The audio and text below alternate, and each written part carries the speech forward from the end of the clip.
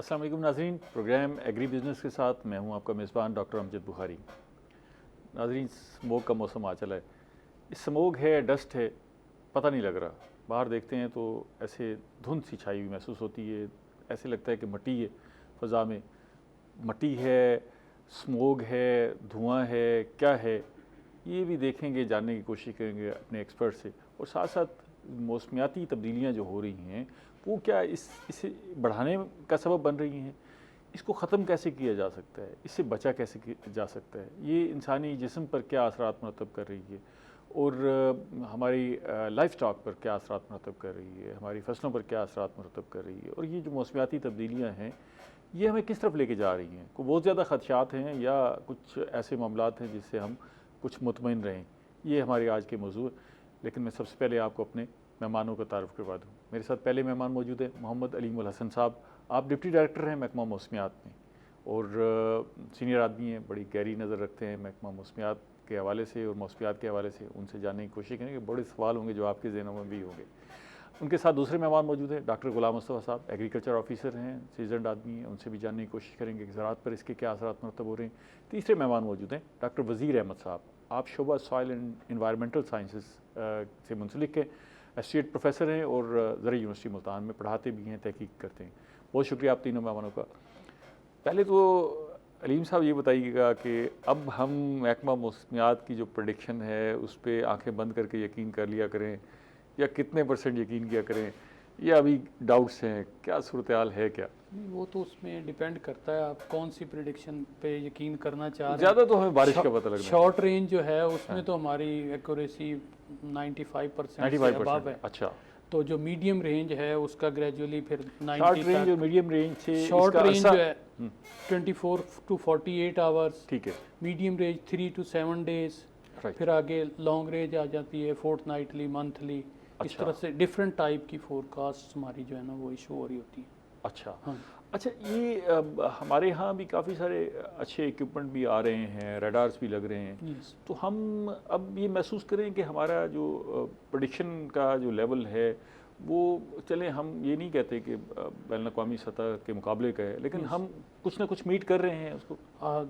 No doubt हम काफ़ी improvement आई है, स्पेशली 2010 के फ्लड्स के बाद। अच्छा, हमारे 2 वेदर रडार्स लग चुके हैं इस्लामाबाद में और कराची में। ठीक है। 450 किलोमीटर रेडियल ये मुल्तान वाला भी लगना? मुल्तान वाला पाइपलाइन है, इस 4th को थी उसकी बिडिंग उधर जापान अच्छा। में, लेकिन अभी पोस्टपोन हो गई है। ज़्यादातर उसका रॉ मटेरियल का इशू था, यूक्रेन वार की वजह से। लास्ट ईयर उसने शुरू हो जाना था सितंबर-अक्टूबर में, ठीक है, तो लेकिन वो ये वार की वजह से डिले हुआ। ठीक है। फिर प्रोजेक्ट कॉस्ट बढ़ी, उन्होंने कॉस्ट रिवाइज़ की, जापान इंटरनेशनल कोऑपरेशन एजेंसी ने, जापान गवर्नमेंट ने कॉस्ट भी रिवाइज़ हो गई। तो अब ये इस 4th को था प्लान बिडिंग का, डिले हो लेकिन गया। फिर अभी वो डिले चलो हुआ इंशाल्लाह है। अल्लाह करेगा, तो जल्दी हो होपफुली ये जाएगा। इंशाल्लाह इस साल या अगले साल के फर्स्ट क्वार्टर में शुरू हो जाएगा। अलीम, मुल्तान ये का रडार करता क्या है मौसमियात में, हमें क्या कैसे हेल्पफुल हो सकता है? जो अभी जो मॉडर्न, पहले हमारे 90s में रडार्स लगे हुए थे, वो सिर्फ प्रेसिपिटेशन की अमाउंट और उसकी मूवमेंट, क्लाउड बैंड्स की, वो शो कर रहे थे। अभी वाले जो रडार्स लग रहे हैं ये 51 पैरामीटर्स हैं जो ये देंगे। अच्छा, और उसमें ज़्यादातर जो फोकस होगा हमारा वो है ये शॉर्ट रेंज नो कास्टिंग पे। अच्छा। और जो अर्बन एरियाज़ की फ्लड वार्निंग्स वगैरह हैं उन अच्छा, पे वो भी देंगे, वो भी ठीक है। देंगे उसके, कि आप रियल टाइम मॉनिटर कर रहे हैं कि कितनी रेन बियरिंग कैपेसिटी वाला सिस्टम किस स्पीड से आ रहा है, किन किन एरियाज़ को हिट करेगा। जिस तरह वो आप यूरोप की बात की है, तो उसमें जो होता है कि आप सर्टेनिटी के साथ के इतने मिनट्स के बाद आपको डस्ट ऑमिट कर जाएगा, रेन स्टार्ट हो जाएगी, तो फिर हम भी एक्यूरेसी आ जाएगी। हम भी इस पोजीशन में होंगे कि शॉर्ट रेंज में हम एक्यूरेटली आपको बता सके कि इतने मिनट्स के बाद हमारे यहाँ बारिश शुरू हो ये जो जाएगी। डाटा है हम इंडिजिनस यूटिलाइज करते हैं या इंटरनेशनली भी शेयर करते हैं, हमसे कुछ ले रहे होते हैं इदारे? जिस तरह वर्ल्ड हेल्थ ऑर्गेनाइजेशन है, इसी तरह वर्ल्ड मेट्रोलॉजिकल ऑर्गेनाइजेशन है WMO, वो उसके प्लेटफॉर्म से सारे जो सिग्नेटेड कंट्रीज़ हैं UN के, वो उसके मेंबर हैं और ग्लोबली डाटा शेयर किया जाता है। बिल्कुल। तो उस डाटा की बेस पे जो फोरकास्ट जनरेट की जाती हैं वो भी शेयर की जाती हैं। फिर उसको हर कंट्री अपने रीजन के हिसाब से सिमुलेट करता है डाउन स्केलिंग करके, तो उस सिमुलेशन की बेस पे और रियल जो डेटा ऑब्जर्व हो रहा है उसकी बेस पे फोरकास्ट जनरेट की जाती हैं। अच्छा, Yes. इसका मतलब ये है कि जो रडार लग रहे हैं ये सिर्फ फ़ायदा इसका हमें नहीं होगा, पूरी दुनिया को फ़ायदा होगा। बिल्कुल बिल्कुल। अच्छा, माजी में तो हम ये देखते थे कि ज़्यादातर हम सिविल एविएशन के लिए इस्तेमाल करते थे ज़्यादा इस डेटे को, यस, लेकिन अब मेरे ख्याल है बाकी शोबों में भी इसका काफ़ी इस्तेमाल है। वो नो डाउट वो अब तो इसकी सैटेलाइट जो डाटा है उसकी एक्यूरेसी इन्हांस करने के लिए भी डाटा सिमुलेशन की टेक्निक्स यूज़ करते हुए जो रेन गेज स्टेशन की रेनफॉल है, रडार की रेनफॉल है और जो सैटेलाइट्स की रेनफॉल अमाउंट्स हैं उनको फिर एक्यूरेसी उसकी इन्हांस हो जाती है कि आप कुछ एरियाज़ हैं जहाँ पे आप इक्विपमेंट नहीं ले जा सकते, इक्विपमेंट इंस्टॉल नहीं किया जा सकता, ठीक है। तो सैटेलाइट के थ्रू फिर उस वहाँ की प्रेसिपिटेशन ली जाती है। तो ओवरऑल जो वाटर साइकिल है, वाटर मैनेजमेंट है, उसमें वो बड़ी हेल्पफुल होता है अगर आपका सैटेलाइट डाटा एक्यूरेट है। तो इनका एक पर्पज़ वो भी है कि उसकी एक्यूरेसी इन्हांस करना। ठीक है। यस, डॉक्टर गुलाम मुस्तफ़ा साहब ये बताइएगा कि महकमा ज़राअत कॉन्शियस है इस हवाले से कि ये जो मौसमाती तब्दीलियाँ आ रही हैं, हम तो परेशान हैं ही हैं क्योंकि हम बराह रास्त मुतासरीन में से होंगे, आम आदमी भी और काश्तकार भी। आप बतौर आम आदमी तो मुतासर हो रहे होंगे, महकमा ज़राअत के अंदर भी इतनी इस हवाले से परेशानी है कि जो महकमाती तब्दीलियाँ हो रही हैं ये हमारे ज़ाहिर ज़राअत पर असर डालेंगी, तो इसके लिए कुछ तैयारियाँ की जाएँ और इसके लिए अलर्ट हो जाएँ और इसके लिए कोई नई मॉडलिंग की जाए, कोई डिज़ाइनिंग की जाए, जोनिंग की जाए, ऐसा कुछ हो रहा है या नहीं? जी, जोनिंग तो जिस तरह आपने बताया कि जोनिंग तो डेफिनेटली हमारे यहाँ हो रही है और महकमा ज़राअत और न सिर्फ महकमा ज़राअत बल्कि हमारा फार्मर भी इसके बारे में बड़ा कॉन्शियस भी है और हम वक्फे के साथ इसकी कैंपेन भी चला रहे हैं। बल्कि अभी हमारी ये जो एंटी बर्निंग जो राइस स्ट्रॉ है उसके खिलाफ भी बड़ी तकड़ी से हमारी कैंपेन चल रही है। इवन हम फाइन्स भी कर रहे हैं, बाकायदा एक हमें PDMA से एक अलर्ट जारी होता है कि कहाँ पर स्मोक का इशू आया, कहाँ पर बर्निंग यूनिट है, वहाँ पर ना सिर्फ हम अपनी मीटिंग्स के अंदर फार्मर को कन्विंस करते हैं कि आपने इसको जलाना नहीं है, क्योंकि उससे जलाने से ना सिर्फ आपकी जो बकाया जा रही है जो कि बेनिफिशियल इंसेक्ट्स आपके ज़मीन के अंदर या स्ट्रा में अंदर मौजूद होते हैं वो मर जाते हैं, बल्कि ये एक पोल्यूशन भी क्रिएट हो रही होती है। अच्छा, इससे फार्मर खुद भी बड़ा इफेक्ट हो रहा है, उसे भी पता चल रहा है क्या मसाइल हैं। मिसाल के तौर पर अब देखिए हम नवंबर के अंदर बैठे हैं और अभी भी हमें ऐसे फील हो रहा है कि शायद हम पंखा चला के बैठे हैं। तो जैसे ही चला के नहीं, एयर कंडीशनर चल रहे हैं, एयर कंडीशन चला के बैठे, मैं तो फार्मर लेवल की बात कर रहा हूँ ना, देहातों में वो बेचारों के पास AC तो नहीं होते। ठीक है।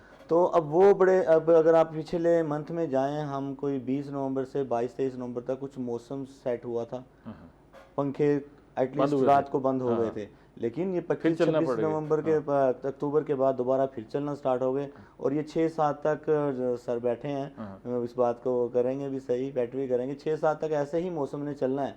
तो आगे हमारे पास जो सोइंग, मतलब अभी आप गर्मी एंजॉय करेंगे? जी, एंजॉय तो मैं इसको नहीं बोलूँगा, हमारे लिए थोड़ा सा लम्हा फिक्र है, क्योंकि हमारे लिए जो आगे वीट का सीज़न है ना सर, वो रिड्यूस होता जा रहा है।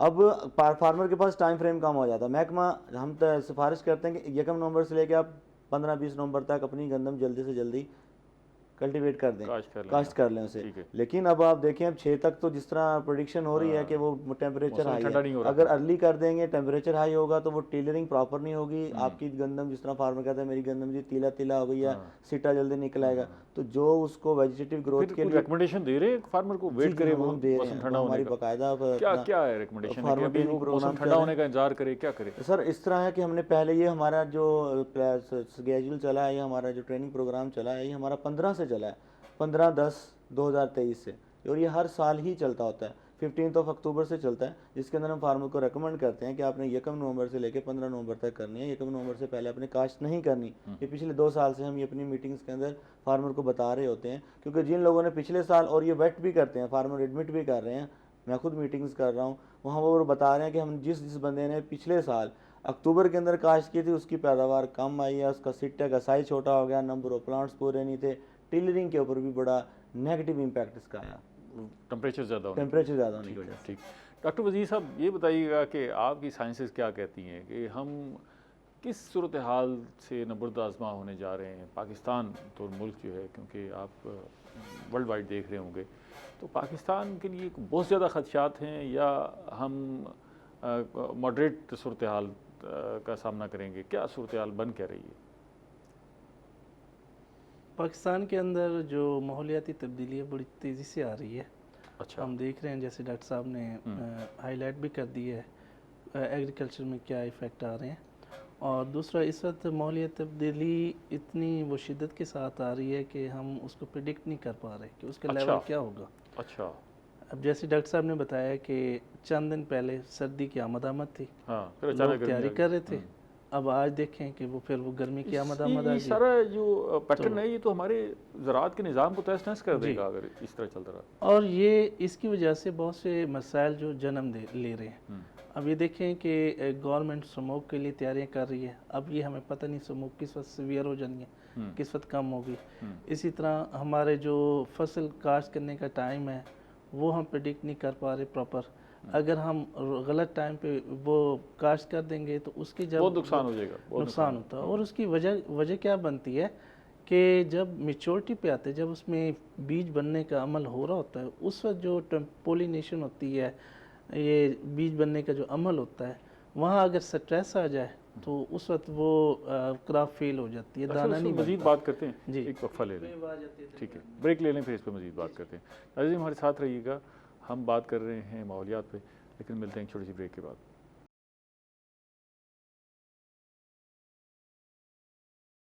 वेलकम बैक नाज़रीन, हम माहौलियात और माहौलियाती तब्दीली में बात कर रहे हैं। अभी अलीम साहब ये जिक्र हो रहा था स्मोक का, ये आजकल जो छाई हुई है धुंध सी, ये ऐसे लगता है डस्ट है, ये डस्ट है, ये यही स्मोक है? नहीं, एक्चुअल स्मोक है क्या? ये है जब एटमॉस्फेयर में वाटर कंटेंट्स भी बढ़ जाते हैं और dust particle, smoke particle, particulate matter इसको कहते हैं। ठीक है। तो वो इन दोनों का मिक्सचर है कि जब सिर्फ वाटर पार्टिकल्स हैं तो वो फॉग है, ठीक है, और सिर्फ डस्ट पार्टिकल्स हैं तो वो स्मोक है। तो जब आप इनका मिक्सचर जब टेम्परेचर हमारा तकरीबन 20 से डिक्रीज करता है ना डे टेम्परेचर, तो उनमें ये मिक्सचर की फॉर्मेशन होती है। और फिर टेम्परेचर ड्रॉप की वजह से वाटर पार्टिकल्स जो है ना उनका ड्रॉपलेट साइज़ थोड़ा सा बढ़ जाता है और वो फिर विजिबिलिटी में हिंड्रेंस क्रिएट करते हैं। ठीक है। तो वो ये मिक्सचर जो है बन जाना और उसकी विजिबिलिटी को रिड्यूस कर देना, फिर हेल्थ ये इनहेलिंग में प्रॉब्लम्स होना, ये सारी चीज़ें जो हैं वो स्मोक ये कहाँ से आता है? हमारी व्हीकल एमिशंस हैं, इंडस्ट्रियल एमिशंस हैं, एग्रीकल्चर वेस्ट है, फिर कुछ विंड पैटर्न्स हैं। अच्छा। जो हम लोकली प्रोड्यूस नहीं कर रहे smoke, locally for suppose that कि हमारे मुल्तान में नहीं है विंड इस तरह, इस जैसे लाहौर में यस हम ये देखते हैं जो जब नॉर्थ ईस्टर्ली या साउथ ईस्टर्ली फ्लो आता है तो वो ना सिर्फ लाहौर में, हमारे पंजाब के सेंट्रल पार्ट्स तक भी वो स्मोक पेनिट्रेट करता है। तो फिर टेम्परेचर चूँकि डिक्रीज़ हुआ होता है, उसकी मिक्सिंग या डिस्पर्सल नहीं होता विंड से। ये नवंबर जो है ड्राइएस्ट मंथ है, विंड भी इसमें लाइट वेरिएबल रहती है, तो उसका डिस्पर्सल नहीं हो पाता। तो ये डिफरेंट कम्बिनेशन जो है ना मिल के इसको इन्हांस करते हैं। अच्छा, वैसे तो डॉक्टर वजीर साहब ने कहा कि जी ये मौसमियाती तब्दीली है यही कि हम प्रेडिक्ट ही नहीं कर रहे कि क्या होने जा रहा है। लेकिन कुछ स्मोक का अंदाज़ा है कि पिछले साल की निस्बत इस दफ़ा वैसी रहेगी, कम रहेगी, ज़्यादा रहेगी, कुछ अंदाज़ा? देखिए इसका जो है ना वो डिपेंड करता है आपकी वेस्टर्ली जो वेदर सिस्टम्स आ रहे हैं ना, उनकी सिवेरिटी पे। अगर कोई मॉडरेट इंटेंसिटी का वेस्टर्ली वेदर सिस्टम पास करता है तो इसमें नो डाउट कमी आती है। वरना हमारा मॉनसून से लेके अभी तक जो है तकरीबन अगस्त के बाद से सितंबर के बाद से, सितंबर में रेनफॉल हुई है 45 मिलीमीटर, मुल्तान में अगस्त में 71 मिलीमीटर हुई है, लेकिन बाद में 2.4 मिलीमीटर लास्ट मंथ रेनफॉल हुई है। तो ड्राई स्पेल चल रहा है। तो ड्राई स्पेल की वजह से ये फॉग स्मोक की अपीयरेंस हो रही है। अभी कमिंग डेज में एक तो अभी वेस्टर्ली शैलो सी है वो गुजर रही है, उससे रात भी कुछ बाला इलाकों में बारिश हुई है, पिंडी इस्लामाबाद में भी हुई है। तो अभी 2 दिन जो है मज़ीद है, फिर आगे 1-1.5 दिन के वक्फे के बाद एक वेस्टर्ली सिस्टम है जो मॉडरेट इंटेंसिटी का है। अच्छा। वो इंशाल्लाह अप्रोच कर रहा है 7, 8, 9 उस दौरान हमारे इधर लोकल भी हल्की बारिश होगी, तो बालाई इलाकों में भी होगी, तो उससे जो है ये फॉग हमारे इलाकों में बारिश की तो इंशाल्लाह कब तक? ये 7, 8, 9 नवंबर को इंशाल्लाह। अच्छा, ठीक है। अच्छा डॉक्टर साहब, ये जो स्मोक है और ये जो जो भी अभी अलीम साहब ने बताया, हाँ जी। ये हमारी फसलों पर कितने असरात मरतब करती है? जैसे हम इंसान सांस लेते हुए सांस की बीमारियों मुश्किलात का शिकार हो जाते हैं, नज़ला ज़ुकाम हो जाता है, इम्यूनिटी कम होती है, वो ज़्यादा बीमारियों का शिकार हो जाते हैं, ऐसे फसलों पर भी कोई असर होता है इसका? जी जी, इसका फसलों पे भी डॉक्टर साहब अपना जिस तरह अलीम साहब ने भी फरमाया, ठीक है, तो उसके मुताबिक इनका फसलों पर भी नुकसान का जो है ना वो सिग्निफिकेंट इम्पैक्ट आ रहा होता है, क्योंकि जिस वक्त ड्रॉपलेट साइज इंक्रीज़ हो जाएगा, डस्ट पार्टिकल के साथ वो मिल जाएगा, तो जो हमारी रेडिएशंस आ रही होती हैं, सनलाइट वाइट कलर की रेज जो आती है वो बेसिकली फोटोसिंथेसिस का अमल तो वैसे ही मुतासर हो गया। 7 कलर्स का जो है ना वो एक कम्बिनेशन होता है, जिसमें violet, indigo, blue, green, yellow, orange and red होती है। तो जिस वक्त ये लाइट जो है वो पौधे को चाहिए होती है ऑरेंज, लोअर रेंज लाइट चाहिए होती है, और ऊपर से चाहिए होती है 340 नैनोमीटर से लेकर 720 नैनोमीटर तक जा रही होती है। तो इसमें कुछ 340 से लेकर 420 तक की होती है, और जिसमें हम ऑरेंज रेड लाइट होती है, ये बड़ी स्पेसिफिकली होती है। तो इसकी जब प्रॉपर पेनिट्रेशन पत्ते के ऊपर नहीं पड़ेगी, क्लोरोफिल के ऊपर नहीं मिलेगी, तो पौधा अपनी फोटोसिंथेसिस उस एफिशिएंसी के साथ नहीं कर पाता जिसके साथ उसको करना होती है। अच्छा, तो इस वजह से तो उसका रिजल्ट क्या होता है? कमजोर रह जाता है पौधा अपनी फोटोसिंथेसिस नहीं कर पाएगा। फोटोसिंथेसिस के नतीजे में ग्लूकोज बनती है। ग्लूकोज ही वो सोर्स होता है जो कि पहला दुनिया के अंदर पैदा होने वाला ऑर्गेनिक कंपाउंड, या जो आप समझ लें कि एनर्जी का एक सोर्स होता है। उसी ग्लूकोज से पौधे ने अपनी प्रोटीन बनानी होती है, उसने अपने फैट्स बनानी होती हैं। पौधे को तो हम बाहर से कहीं से कोई प्रोटीन के इंजेक्शन या फैट्स वगैरह नहीं दे रहे होते। तो जिस वक्त ये चीज़ें लाइट ही नहीं मिलेगी, sunlight is ultimate source of energy. सूरज जो है वो आपकी एनर्जी का एक मेन जो है ना वो जरिया है हमारा। जब वहाँ से लाइट प्रॉपर नहीं आएगी, पौधे के अंदर फोटोसिंथेसिस नहीं होगी, वहाँ पर ज़ियाई तालीफ का अमल नहीं होगा, पौधा अपनी खुराक नहीं बनाएगा। जब खुराक नहीं बनाएगा तो वो कमज़ोर होगा, ना ही वो स्टोर कर पाएगा, जिसकी वजह से ना सिर्फ पौधे की सेहत पर असर पड़ेगा, हमसे उससे हासिल होने वाली जो पैदावार होगी हमें उसको भी लॉस करना पड़ेगा। तो इसके साथ साथ जो मैं थोड़ा सा मज़ीद ऐड करता चलूँ, जो ये स्मोक है ना, जिस तरह अलीम साहब ने फरमाया, ये 2 तरह की होती है सर। एक होती है हमारी क्लासिकल स्मोक और दूसरी होती है फोटोकेमिकल स्मोक। अच्छा। क्लासिकल स्मोक जो होती है वो पैदा हो रही होती है हमारी नाइट्रस एसिड की वजह से, NO2 की वजह से। ठीक है। और जो आपकी जो दूसरी स्मोक होती है, जो फोटोकेमिकल स्मोक होती है, ये हमारी SO2 की वजह से पैदा हो रही होती है। फोटोकेमिकल स्मोक के लिए लाइट का होना ज़रूरी है, ये लाइट होगी तब आपकी ये फोटोकेमिकल स्मोक पैदा होती है। जबकि जो क्लासिकल स्मोक है उसके लिए लाइट का होना ज़रूरी नहीं होती है, वो दिन के वक्त भी हो रही होती है और रात के वक्त भी हो रही होती है।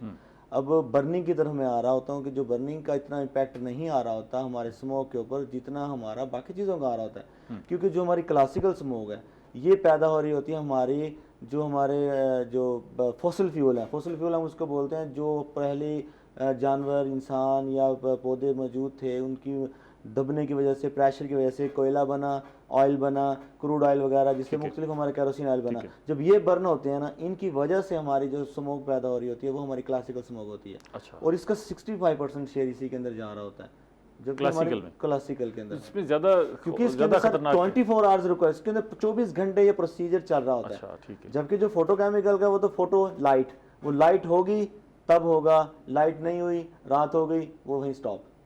ठीक है।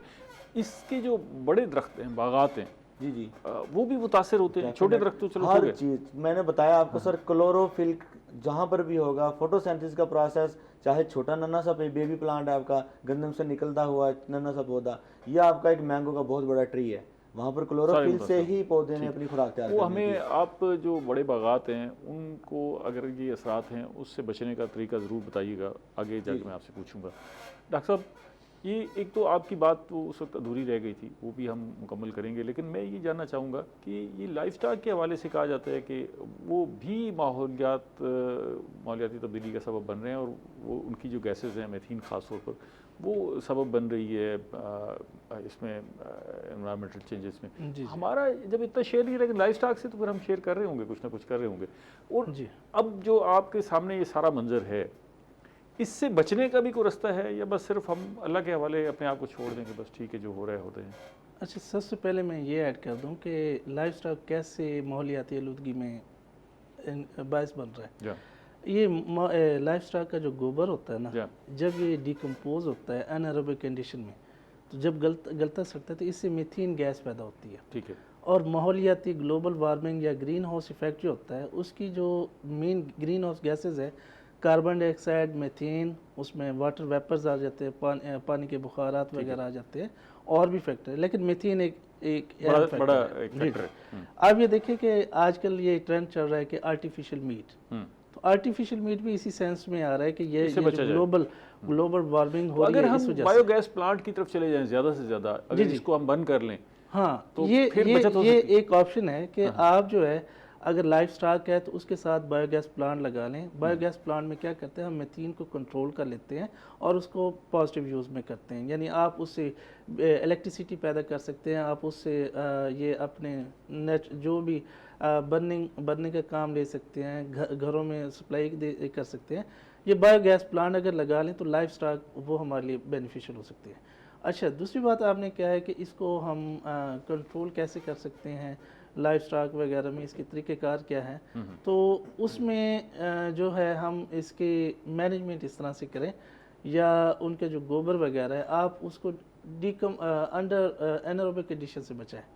यानी ऐसी कंडीशन ना पैदा होने दें कि उस वहाँ पे पानी ज़्यादा ना खड़ा हो, क्योंकि पानी जब खड़ा होता है तो वो एनारोबिक कंडीशन पैदा हो जाती है, ठीक है। ऑक्सीजन की कमी होती है, तो वहाँ पे वो मीथेन गैस बनना शुरू हो जाती है। अगर आपने लाइफ स्टॉक वो रखा हुआ है तो लाइफ स्टॉक की वजह से क्या है, आप उसको ओपन इन्वायरमेंट में उसको ड्राई वगैरह कर लें ताकि एनारोबिक कंडीशन पैदा ना हो। अच्छा। दूसरा जो है माहौलियाती आलूदगी के जो है वो लाइफ स्टॉक पे बहुत ज़्यादा इफ़ेक्ट है।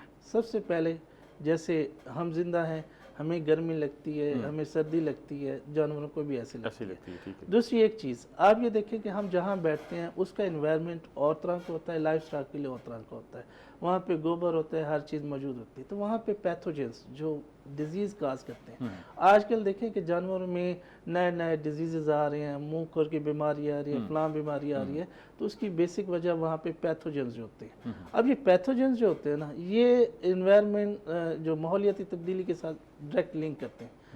माहौलियाती तब्दीली जैसे यानी टेम्परेचर बढ़ेगा तो जो कुछ माइक्रोब्स होते हैं, बैक्टीरिया होते हैं, वायरसेस होते हैं, या इस तरह पैथोजेंस होते हैं, उनकी पॉपुलेशन एकदम राइज कर जाती है। अच्छा। तो वो बीमार हो सकते हैं। इसी तरह दूसरा जो है, वहाँ पे माहौलियाती तब्दीलियों की वजह से जब वो पॉइजनस गैसेस प्रोड्यूस होती हैं, जब वो जानवर उस माहौल में रहेगा तो वो उनकी बीमारी का बायस वगैरह बनेगा। ठीक है, इसमें मज़ीद बात करते हैं, ब्रेक जी, लेते हैं। नाज़रीन हमारे साथ रहिएगा, मिलते हैं ब्रेक के बाद।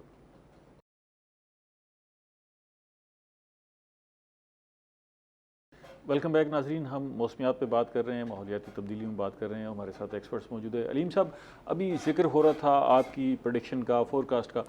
महकमा मौसमियात इस वक्त जो है असेस क्या क्या करता है और इन्फॉर्मेशन क्या क्या देता है? मतलब जैसे ये हमें तो यही पता है कि जी बारिश का बता दिया, गर्मी सर्दी का बता दिया, क्या क्या आप बताते हैं? हमारे तकरीबन 7-8 स्पेशलाइज्ड यूनिट्स हैं। वो क्या क्या है? एक तो हमारा यूनिट है सिस्मिक मॉनिटरिंग के लिए, अच्छा, फिर ओजोन मॉनिटरिंग के लिए है, ठीक है। स्पेशलाइज्ड यूनिट फ्लड का लाहौर में है। एक एक को ज़रा डिस्कस कर लेते हैं। सिस्मिक में आप क्या बताते हैं हम लोगों को? जैसे ही जल्जला हुआ उसकी विदिन 8 सेकंड जो है वो एनालिसिस करके आने के बाद या पहले भी नहीं, प्रिडिक्शन उसकी अभी ये दुनिया में प्रेडिक्शन आई कहीं थी नहीं कि है। जी वो फला एरिया में जल्जला आ जाएगा। उतनी प्रिडिक्शन तो हम भी कर देंगे, आप भी कर देंगे कि ये एक्टिव फॉल्ट लाइंस इनमें से उस उन्होंने कहा जी आइंदा 24 घंटों में यहाँ जल्जले की तवक्को है जी। तो ऐसा हुआ तो नहीं ना। हाँ, हुआ नहीं, लेकिन वो अफगानिस्तान में कहीं ना कहीं आ गया थोड़ा बहुत। वो तो जाहिर है फॉल्ट लाइन पे कभी मेजर कभी माइनर, ये इस तरह की मतलब एनर्जी रिलीज में आप ज़ल्ज़ले से पहले कुछ भी नहीं बता सकते। नहीं, ज़ल्ज़ले आने के बाद एनर्जी एक्यूमुलेशन, सिस्मिक जोनिंग वगैरह हमारे डिपार्टमेंट ने की है।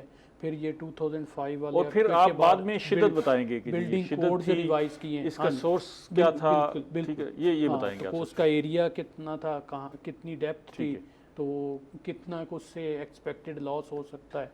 ओके, ताकि वो अगर अब अगले स्टेप पे आ जाते हैं, ओजोन का। जी, सुना है कि ओजोन की जो लेयर थी वो काफ़ी हद तक रिपेयर हो गई है। हाँ, वो क्या बना? ये हमारे इंटरनेशनल प्रोटोकॉल है कि आपने ग्लोबल टेम्परेचर को 2 डिग्री से पहले 1.5 पे थी लिमिट रखी हुई, अब है कि 2 से ना राइज करे। तो उस हवाले से जो ज़्यादा कंट्रीब्यूटर्स हैं, हमारा तो कंट्रीब्यूशन ही बड़ा माइनर सा है, तो वो कोशिश कर रहे हैं कि हम जो ग्रीन हाउस गैसेस हैं उनको कम से कम एमिशन हो, कंट्रीब्यूशन कम हो। फिर कुछ जो है ग्लोबल सर्कुलेशंस की चेंजेस की वजह से कि एटमॉस्फेयर जो है क्लियर हुआ, ये मेजर फ्लड्स डिफरेंट एरियाज में आए, उनकी वजह से वो मेजर फैक्टर क्या बना?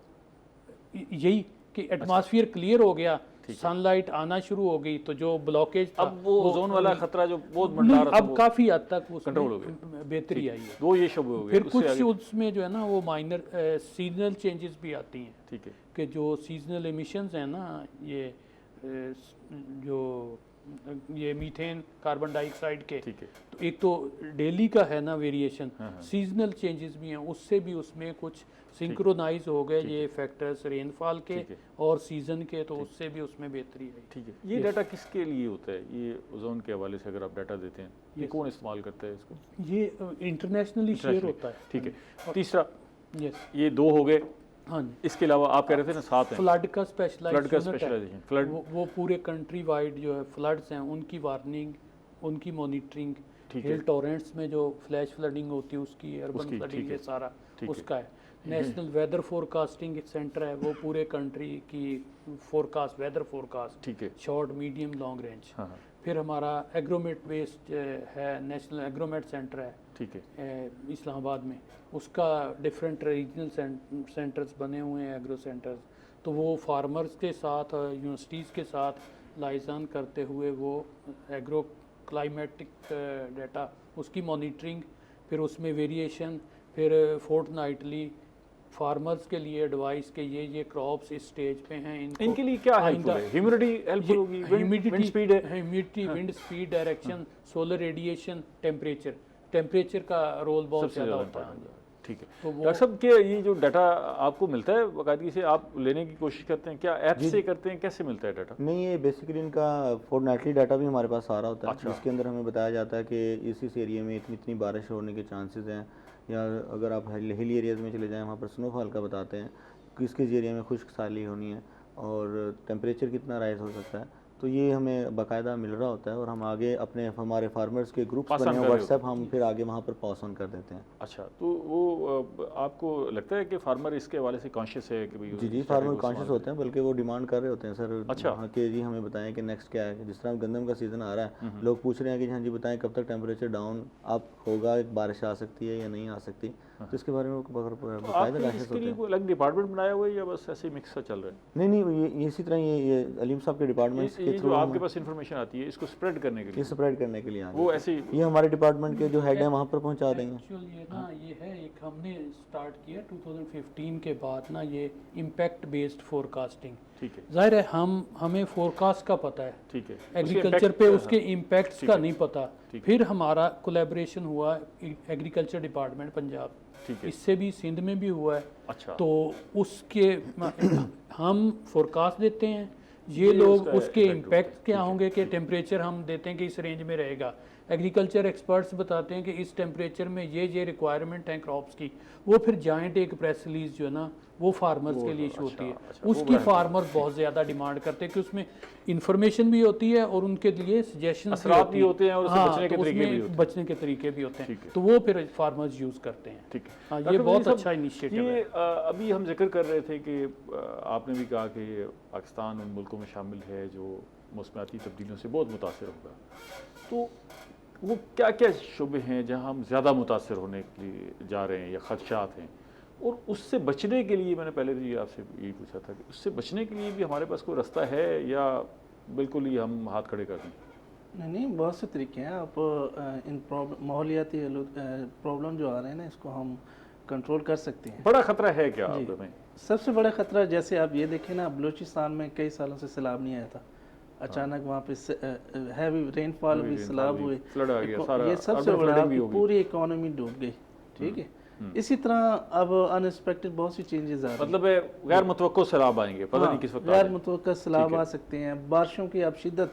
अब मिसाल के तौर पे एक किसान ने या कोई प्लान करके बैठा है, अब वो 10-10 दिन 15-15 दिन के लिए बारिशें होती रहें, तो वो उसकी कुछ नहीं कर efficiency सकेगा। डाउन हो हाँ, जाती ये 15 दिन तो अच्छा। कपास की हाँ, एक ये गन्नम की क्रिटिकल बिजाई टाइम की- जो होता है। इसी तरह आपकी जो मार्केट होती है वो भी बहुत ज़्यादा इफेक्ट होती है। ठीक है, ये बहुत से यानी ओवरऑल जो मुल्क की इकोनॉमी होती है वो बहुत ज़्यादा इफेक्ट होती है। ठीक है। इकोनॉमी इफेक्ट होती है, लोगों की हेल्थ लेकिन भी ये इफेक्ट होती एक है। सैलाब है, बारिशें हैं, स्मोक की कैफियत ज़्यादा हो सकती है, कुछ जल्जलों के भी खदशात हो सकते हैं। जी जी, जल्जलों के साथ भी ये इसका लिंक ये है। जो मौसमाती तब्दीलियाँ हाँ, हैं इसमें। क्योंकि जब ग्लोबल वार्मिंग हो रही है तो वो जो टेक्टोनिक प्लेट्स होती हैं फॉल्ट लाइन के पास वो जो उनकी मूवमेंट होती है, ये अलीम साहब बेहतर आप गाइड कर सकते हैं कि उसमें टेम्परेचर का बड़ा रोल होता है। अच्छा, इसके अलावा जो हम इसको कम कैसे कर सकते हैं, ये बहुत बड़ा सवाल है। सबसे पहले ना हमें जो अपना लाइफस्टाइल है उसको चेंज करने की ज़रूरत है। दुनिया ने तब्दील कर लिया है, हमें पब्लिक ट्रांसपोर्ट की तरफ जाना पड़ेगा, हम इंडिविजुअल ट्रांसपोर्ट कोशिश करें कम करें। अच्छा, अब हमारे यहाँ प्रॉब्लम ये है कि गवर्नमेंट ने उसको अडॉप्ट तो कर लिया है, लेकिन उसमें मॉनिटरिंग नहीं है। अब फॉर एग्जांपल आप देखें वीडा मुल्तान में चल रही है, अडॉप्ट नहीं किया गवर्नमेंट ने। हमारे पास जो पब्लिक ट्रांसपोर्ट है वो तकरीबन ना होने के बराबर है। ना होने के बराबर देखिए, है। मुझे अगर 20 रुपए में पब्लिक ट्रांसपोर्ट मिल रही हो तो मैं क्यों 2000 रुपए का पेट्रोल लगा के जाऊँ? मैं वो कह रहा हूँ जितनी अवेलेबल है ना, अब उसमें देखें स्मोक इतना होता है, हाँ, उसको कंट्रोल नहीं कर रहे। अच्छा, इसके साथ एक आपकी राय ये है कि हम ज्यादा से ज्यादा पब्लिक ट्रांसपोर्ट को फरोग दें प्रमोट करना चाहिए और इंडिविजुअल व्हीकल्स जो है वो कम। दूसरा जो है, ये जो माहौलियाती आलूदगी है, इसका सबसे बड़ा सोर्स अर्बनाइजेशन है और ये इंडस्ट्रियलाइजेशन है। ठीक है, तो हमें ना गवर्नमेंट को चाहिए, इंडस्ट्रियलाइजेशन होने के बराबर ही नहीं है। इंडस्ट्री तो ऐसी है, बस बराए नाम ही है। तो नहीं, लेकिन जो आपकी इंडस्ट्री मौजूद है ना, उसमें अब वो जो स्मोक आ रहा है, ठीक है, या गैसेस रिलीज होने, इसमें दुनिया ने क्या किया है, उनके फिल्टर्स लगाए हुए। ठीक है, वो जब वो गैसेस रिलीज होती है, जैसे हमने भट्ठे लगा के और फिर खुले छोड़ दिए, ये ओपन छोड़ देती है। हमें चाहिए कि वो ट्रीट करके वो एनवायरनमेंट के अंदर या एटमॉस्फेयर में छोड़ें। इंडस्ट्री में जो है इसको फोकस। दूसरा ये है कि हमें ज़्यादा से ज़्यादा प्लांटेशन करनी चाहिए। तीसरा ये कोई अंदाज़ा है कि अब हमारे पास जो है प्लांटेशन कितनी है, कितने परसेंट रकबे पर है? वो तो हम बचपन में पढ़ते थे, देखें जी, रिकमेंडेड एक प्रॉस्पेरिट कंट्री के लिए तो कहते हैं 25% वो तो हमें पता होना चाहिए, लेकिन ये भी पता है कि है कितना। लेकिन ये फिगर जो है वो 50 साल पुराने हैं। एक फिगर थी आज से 20-25 साल पहले के 5% एरिया पे मौजूद था। अब ये देखिए डिफॉरेस्टेशन इतनी ज्यादा हो चुकी है इस अरसे के दौरान, तो ये वो मेरे ख्याल में 1 या 2% के राउंड अबाउट ही पहुंच चुके हैं। हम आगे बढ़ने की बजाय पीछे जा रहे हैं, डे बाई डे पीछे जा रहे हैं। तो इसका मतलब है कि बचने के रास्ते मौजूद हैं, हमें उस पर काम करना चाहिए। अच्छा सर, इसमें दूसरा जो एक इनिशिएटिव है, हम उसमें मूव भी कर रहे हैं, सोलराइजेशन। हमें जो रिन्यूएबल एनर्जी सोर्सेज है ना, उसको अडॉप्ट करना चाहिए, और जो नॉन रिन्यूएबल एनर्जी सोर्सेज हैं उसको बाय बाय करेंगे। अगर इसको हम नहीं करेंगे, जब इसमें भी हम बहुत पीछे रह गए। बहुत शुक्रिया आप तीनों मेहमानों का। वक्त खत्म हो गया प्रोग्राम का। नाज़रीन, हमने माहौलियत की बात की, आपके लिए बहुत सारे मशवरे थे, उसे अडॉप्ट करें, अपने माहौल को ठीक रखें, आपके लिए भी फ़ायदा होगा, मुल्क के भी फ़ायदा होगा। अगले प्रोग्राम तक इजाज़त दीजिए, अल्लाह ने के बाद।